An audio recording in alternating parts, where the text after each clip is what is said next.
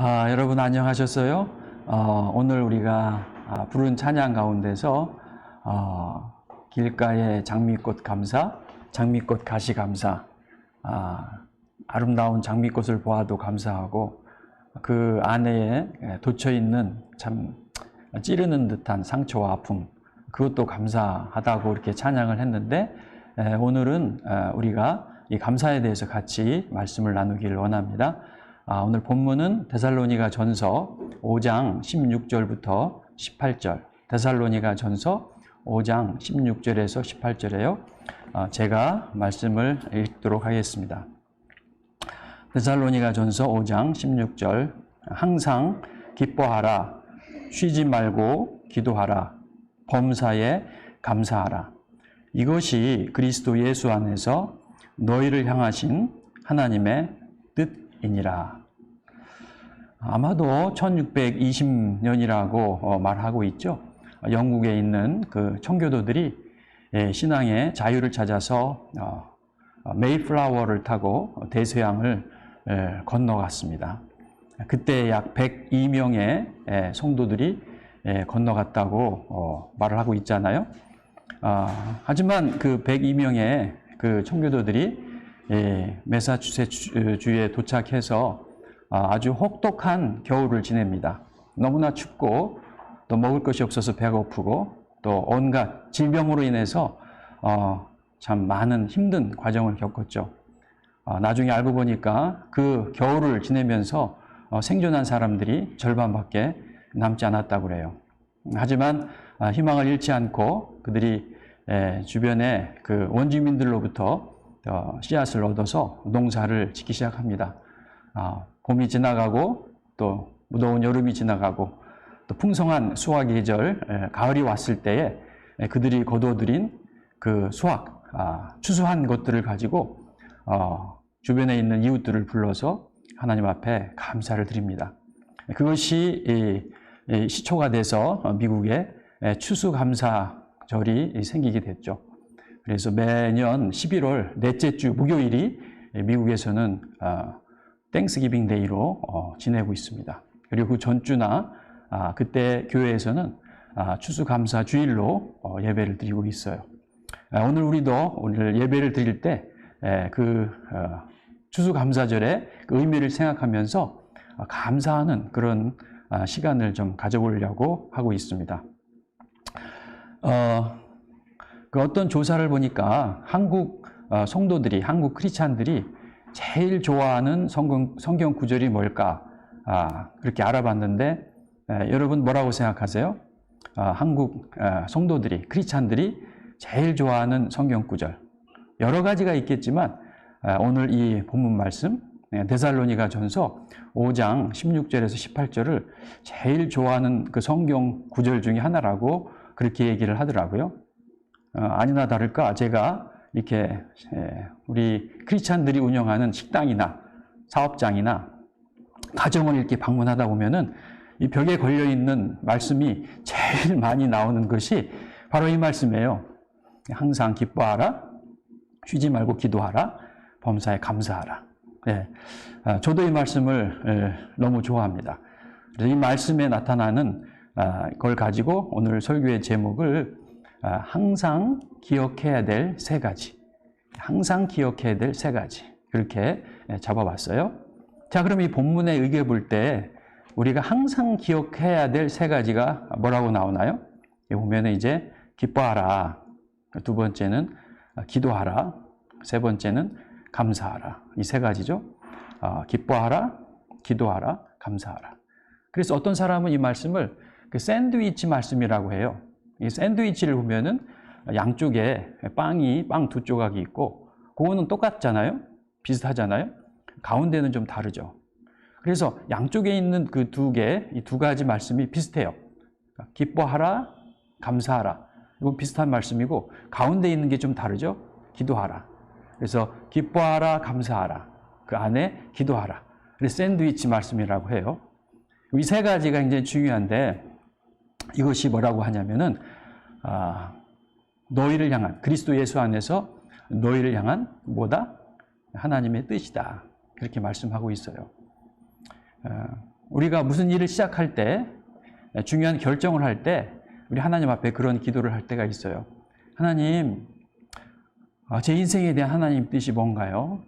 하나님, 제가 이때는 어떻게 결정해야 될까요? 하나님, 제가 이사를 해야 될까요? 유학을 가야 될까요?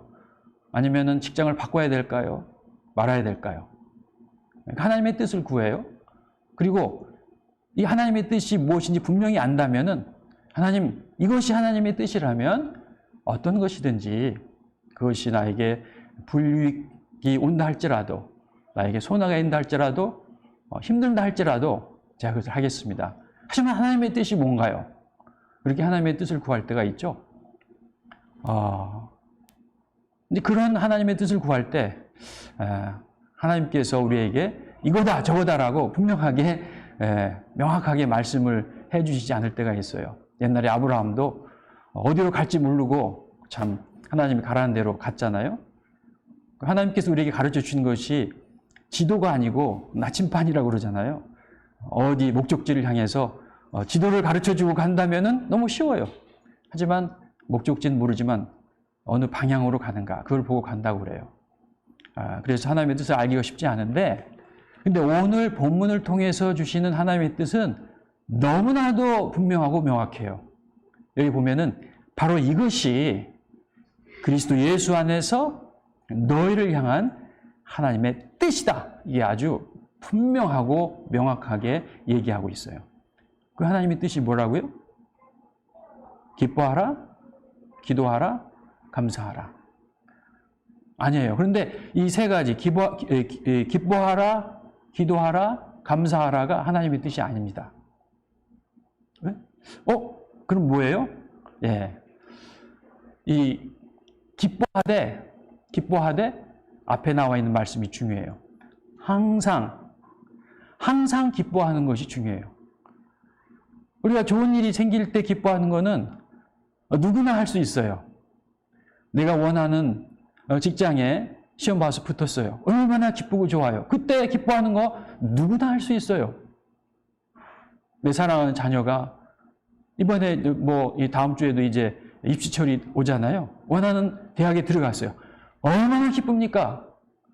그때는 기뻐하지 말라고 해도 다 기뻐하고, 감사하지 말라고 해도 다 감사할 수 있어요. 하지만 내가 원하는 직장에, 대학에, 아니면 원하는 일이 이루어지지 않았을 때 그때 기뻐할 수 있을까요? 그럴 때도 감사할 수 있을까요? 그건 참 어렵고 힘들어요. 하나님의 뜻은 그냥 기뻐하는 게 아니고 여기 나와 있는 것처럼 항상 기쁠 때나 기뻐하지 않을 때나, 장미꽃이거나 장미꽃에 가시가 돋쳐 있거나 항상 기뻐할 수 있느냐 그것이죠. 감사하되 감사할 조건이 생기고 감사할 수 있을 때 감사하는 거는, 그거는 안 믿는 사람들 누구나 다 할 수 있어요. 하지만 내가 감사할 수 없는 상황, 이 코로나 위기 속에서 힘들고 어렵고, 그래서는 안 되겠지만 심지어 코로나에 내가 걸렸단 말이죠. 왜 감사할 수 있을까? 이렇게 어떻게 감사할 수 있을까요? 감사할 수 없는 상황이라 할지라도 정말 감사할 수 있는가? 범사에란 말은 좋은 일이 생길 때만이라는 뜻이 아니죠. 햇빛이 비치는 양지에도, 그늘진 음지에도 그때도 감사할 수 있는가? 기도할 때요, 이 보면은 기도하는 게 중요한 게 아니고 쉬지 말고, 그 말은 중단하지 말고, 쉬지 말고 기도하라고 그래서 밥도 먹지 않고 잠도 자지 않고 24시간 기도만 하라는 그런 뜻은 아니겠죠. 우리가 어떤 기도를 시작할 때 포기하지 않고 끝까지 그걸 위해서 기도하는가. 과거에 제가 목회를 할 때 그때 이제 새벽 기도를 인도하잖아요.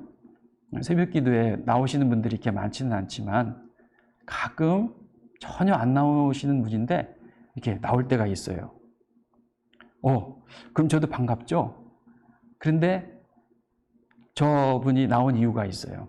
저는 저분이 어떻게 해서 나왔을까 100% 맞힐 수가 있어요. 저 가정에 어려움이 생겼어요. 정말 해결할 수 없는 어려움이 생기니까 하나님 앞에 의지하려고 기도하러 나온 거예요. 다 할 수 있어요. 근데 그때 열심히 기도해요. 그런데 그 일이 지나가면 또 안 나오세요. 이 발등에, 예? 그 불이 닥쳤을 때만 기도하지 않고, 포기하지 않고 끝까지 기도할 수 있는가 말이죠. 그래서 여기에서 말씀하시는 하나님의 뜻은 기뻐하되 항상, 이 항상이 중요해요. 기도하되 쉬지 말고 포기하지 않고, 이게 중요해요. 감사하되 모든 일에 범사에.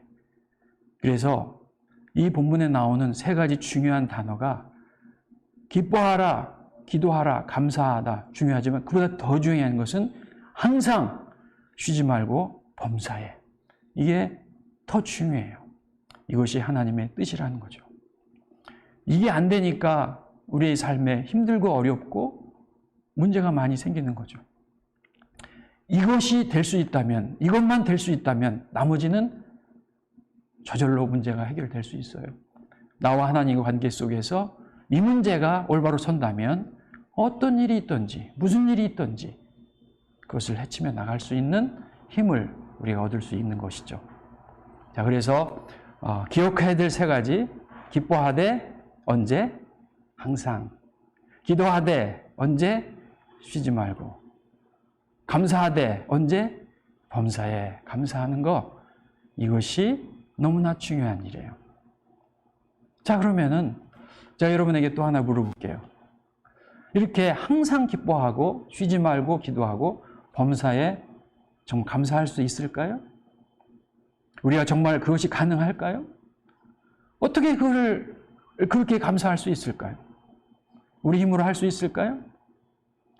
그런데 여기 사도 바울이 그렇게 할 수 있는 비결을 가르쳐주고 있습니다. 이것이 뭐냐면 빌립보서 4장 4절에 그 비결을 가르쳐줘요. 자, 여러분 빌립보서 4장 4절을 한번 보세요. 거기 보면은 사도 바울이 항상 기뻐하라 이렇게 말하고 있는데, 그 항상 기뻐하라 앞에 어떤 말씀을 쓰고 있냐면 뭐라고 하고 있어요? 주 안에서 항상 기뻐하라. 우리가 어떤 일이 있는가, 어떤 상황이 있는가, 어떤 조건이 있는가, 내 눈앞에 펼쳐져 있는 조건이나 상황을 보고 기뻐하고 감사하고 기도하고, 그게 아니고 주 안에서 기뻐하는 거예요. 주 안에서. 이 사도 바울은 이 주 안에서란 말을 얼마나 많이 사용하는지, in Christ, 주 안에서. 그래서 어떤 신학자는 사도 바울의 신앙은 주 안에서 신앙이다, 그렇게 말하시는 분도 있어요. 주 안에서. 주 안에서 기뻐하고 주 안에서 감사하고 주 안에서 기도하는 거예요. 자, 그러면은 주 안에서 기뻐한다는 것이 무슨 뜻일까요?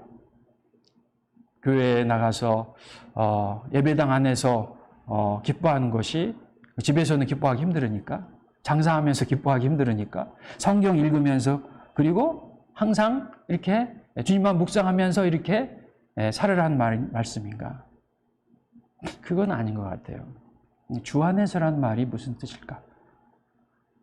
이 성경이 기록된 그 배경이 되는 장소, 지역이 중동이잖아요. 그 팔레스타인 땅. 그 팔레스타인 땅에 가면은 그 지도를 보면은 그 지도에 그 표시되어 있는 것 중에 강이 있어요. 강을 표시할 때 지도에서는 뭘로 표시하죠? 선으로 표시하죠. 이렇게 실선으로 이렇게 표시하는데, 그런데 그 지역의 강의 표시는 실선만 있는 게 아니고 점선이 있어요. 나트로 이렇게 돼 있어요. 강이. 그러니까 실선으로 돼 있는 강과 점선으로 돼 있는 강이 있어요. 아니, 왜 두 개 어떻게? 그러면 점선으로 된 강은 어떤 강인가? 이 강은 항상 흐르는 강이 아니고 생겼다가 또 없어졌다가 하는 강이에요. 그래서 점선이에요. 그럼 언제 이 강이 생기느냐? 언제 생길까요? 네, 맞아요. 그 지역에는 비가 잘 안 오잖아요. 근데 한 번에 심한 비가 올 때에 물이 막 생길 때, 그때 비가 올 때만 생기는 강이에요. 비가 올 때 이 지역에 강이 생기는 거죠. 그러니까 그 지역을 다닐 때 그거를 잘 고려하라는 것입니다. 그러니까 이 강은 비가 오면 생기고 비가 안 오면은 강이 없어져요. 자, 좋은 일이 생길 때만 기뻐하고 감사한 일이 생길 때만 감사하고 힘들고 어려운 일이 생기면 강이 없어지는 거. 그것이 우리의 그 마음하고 비슷하지 않겠어요? 네. 이제 그런 강이 있는 반면 또 하나 이렇게 solid line, 실선으로 돼 있는 강이 있어요. 그러면 이 강은 이거는 비와 상관이 없어요. 날씨와 환경과 어떤 것과 상관이 없이 1년 사시사철 마르지 않고 계속 흐르는 강이에요. 이 비가 없는 그 지역에, 비가 잘 오지 않는 그 지역에, 물이 많지 않은 그 지역에 어떻게 이 강은 마르지 않고 계속해서 그 강이 흐를까? 왜 그럴까요? 무엇 때문에 그럴까요? 저 강, 저 건너편에 산맥이 있어요. 큰 높은 산들이 있어요. 그 산 꼭대기에 수백 년, 수천 년, 수만 년 내리고 쌓인 만년설이 있어요. 거대한 그 어마어마한 만년설. 그 큰 그 만년설이 조금씩 녹아서 그 녹은 물이 모아져서 강을 이루어서 흐르는 강. 이 강은요, 비와 상관없어요. 날씨와 상관이 없어요. 환경과 상관이 없어요. 조건과 상관이 없어요. 1년 사시사철 유유히 흘러가는 그런 강이죠. 그런 강이에요. 언제든지 흐르는 그 강. 그것이 주 안에서 기뻐하는 것과 같은 그러한 그 비유를 말해주고 있죠.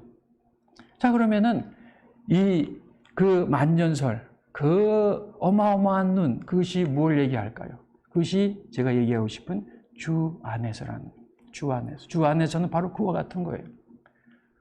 비가 오든 안 오든 상관없이 기뻐할 수 있는 이유는 만년설 때문에. 그럼 그 만년설이 뭔가? 그것이 뭘까요? 그것이 바로 주 안에서 우리를 향한 하나님의 끝없는 사랑. 그 우리가 누군가요? 구원받을 만한 자격이 있고 하나님의 사랑을 받을 만한 자격이 있는 사람이 아니고 구원받을 자격이 하나도 없는 하나님을 떠난 죄인이에요.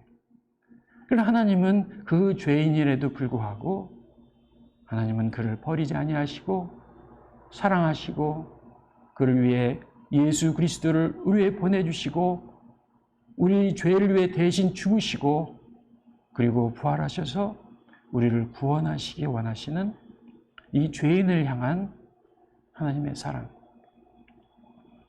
여러분, 하나님은 의인을 사랑하시고 죄인을 미워하시죠? 아니에요. 저는 옛날에 그런 줄 알았어요. 하나님은 의인을 사랑하시고 죄인을 미워하는 줄 알았어요. 그래서 하나님의 마음에 들려고 죄를 안 짓고 의로운 일을 하려고. 그럼 얼마나 힘들어요. 불안해요. 내가 그러지 못하기 때문에. 그러나 제가 깨달았어요. 하나님은 의인도 사랑하시지만 죄인도 사랑하신다. 우리 자녀들이 있잖아요.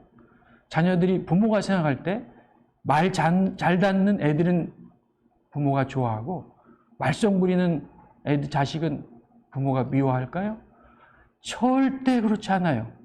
이 세상에 어떤 부모도 말 잘 듣는 부모도 말 잘 듣는 자녀도 말 안 듣는 자녀도 똑같이 사랑해요. 아니 어쩌면 말 안 듣는 자녀에게 더 마음이 쓰여요. 더 안타까운 마음이 드는 거예요. 이 죄인을 사랑하시는 우리 하나님의 사랑. 제가 제일 좋아하는 성경 구절이 이 데살로니가 전서 5장 16절 18절도 좋아하지만 그보다 더 좋아하는 성경 구절이 있어요. 이게 뭐냐면 누가복음 15장 20절이에요. 누가복음 15장 20절에는 아직도 먼 거리에 있는데 아버지가 그 둘째 아들을 먼저 보고 불쌍히 여겨 달려가 목을 안고 입을 맞추는 그 내용이죠. 무슨 내용이에요? 아버지가 싫다고 집을 떠난 둘째 아들 탕자. 못된 아들이죠. 그러나 그 못된 아들이 배가 고파 아버지께로 돌아오고자 할 때 누가 먼저 보았냐면 아들이 먼저 아버지를 본 게 아니고 아버지가 먼저 그 아들을 보았어요. 그 얘기는 뭐냐면 그 아버지는 이미 멀리 집에서 멀리 떨어진 곳까지 나와서 그를 떠난 날부터 기다리고 있었던 거예요. 끝까지 기다리고 있었던 아버지. 그리고 그를 보자마자 걸어갈 수가 없어요. 그 안타까운 마음으로 뛰어가요. 그리고 목을 안고 입을 맞춰줘. 둘째가 아버지한테 아버지 제가 잘못했어요. 그 말이 채 끝나기도 전에 아버지는 종들한테 얘들아 가서 제일 좋은 옷을 가져다가 입혀라. 아니 그 못된 놈한테 제일 좋은 옷을 가져다 입히고 발에 신발을 신기고 발에 신발을 신긴다는 거는 너는 여전히 내 아들이다. 손에 가락지를 끼우고 그 가락지는 그 인감 도장과 마찬가지 너는 내 상속자다 말이죠. 그리고 살찐 조그만 병아리 잡아줘도 감지덕진데 살찐 송아지를 잡으라. 우리가 잔치를 벌이자. 내 아들은 잃었다가 다시 찾았고 죽었다가 다시 살아난 내 아들이다. 누구를? 이 죄인을, 못된 이 아들을, 못된 자식을 하나님께 사랑하신 십자가의 은혜예요. 하나님의 은혜예요. 그래서 어떤 찬양을 보면은 그 하나님의 은혜라는 찬양을 보면 한량 없는 은혜, 갚을 길 없는 은혜, 내 삶을 애워싸는 하나님의 은혜, 그 위에 폭포수처럼 떨어지는 하나님의 그 은혜, 그 Amazing Grace라는 찬양도 알죠. 나 같은 죄인을 살리신 이 하나님의 은혜가 얼마나 큰지, 그것이 바로 만년설과 같은 그 하나님의 은혜예요. 그 은혜가 내가 깨달아지니까, 그 하나님의 은혜가 있으니까 비가 오건 비가 오지 않건 상관이 없어요. 좋은 일이 생기건 좋은 일이 생기지 않건 양지이건 음지이건 상관이 없어요. 기뻐하되 항상 기뻐하고 기도하되 쉬지 말고 기도하고 감사하되 모든 일에 감사할 수 있는 그 마음이 생기는 거죠. 하나님은 우리가 그런 마음을 가지고 이 땅에 살기를 원해요. 그것이 그리스도 예수 안에서 너희를 향한 하나님의 뜻이다. 하나님 저 미국 가야 돼요. 일본 가야 돼요. 미국이야 일본. 그게 하나님의 뜻. 그걸 하나님이 가르쳐주는 걸 원하지 않고 하나님 이쪽이에요 저쪽이에요. 제가 이 일을 해야 돼요 저 일을 해요. 저 사람이에요 이 사람이에요. 이 직장이에요 저 직장이에요. 그것이 중요한 게 아니고 그 어떤 상황에서도 너는 하는 만년설 만가지 은혜 그 찬송이 만가지 은혜를 받았으니 내 평생 슬프나 즐거우나 이 몸을 온전히 주님께 바쳐서 주님만 위해서 늘 살겠네. 슬프나 즐거우나 상관없어요. 비가 오나 눈이 오나 어떤 일이 있거나 상관이 없어요. 만가지 은혜. 오히려 가물을 때 비가 안 올 때 만년설에서 녹아내리는 물이 더 콸콸콸 쏟아질 수 있어요. 그 하나님의 은혜가 더 깊이 우리 삶 속에 드러날 수가 있는 거죠. 그렇게 그런 마음을 가지고 사는 것이 그리스도 예수 안에서 너희를 향한 하나님의 뜻이니라. 이것이 안 되니까 우리가 자꾸 힘이 드는 거예요. 이것이 안 되니까 하나님 우리를 더 그 안으로 인도하시기 원하시는 거죠. 자, 오늘 우리가 감사의 계절을 맞이해서 우리가 좀 전에 불렀던 찬양이 그 장미꽃 감사, 장미꽃 가시 감사. 근데 그 찬양의 첫 번째 감사 제목이 뭐라고 나왔죠? 그 찬양의 가사, 첫째 가사가 뭐였어요? 날 구원하신 주 감사해서. 날 구원하신 주 감사. 그렇죠? 날 구원하신. 나 같은 죄인을 사랑하시는 하나님의 은혜와 사랑.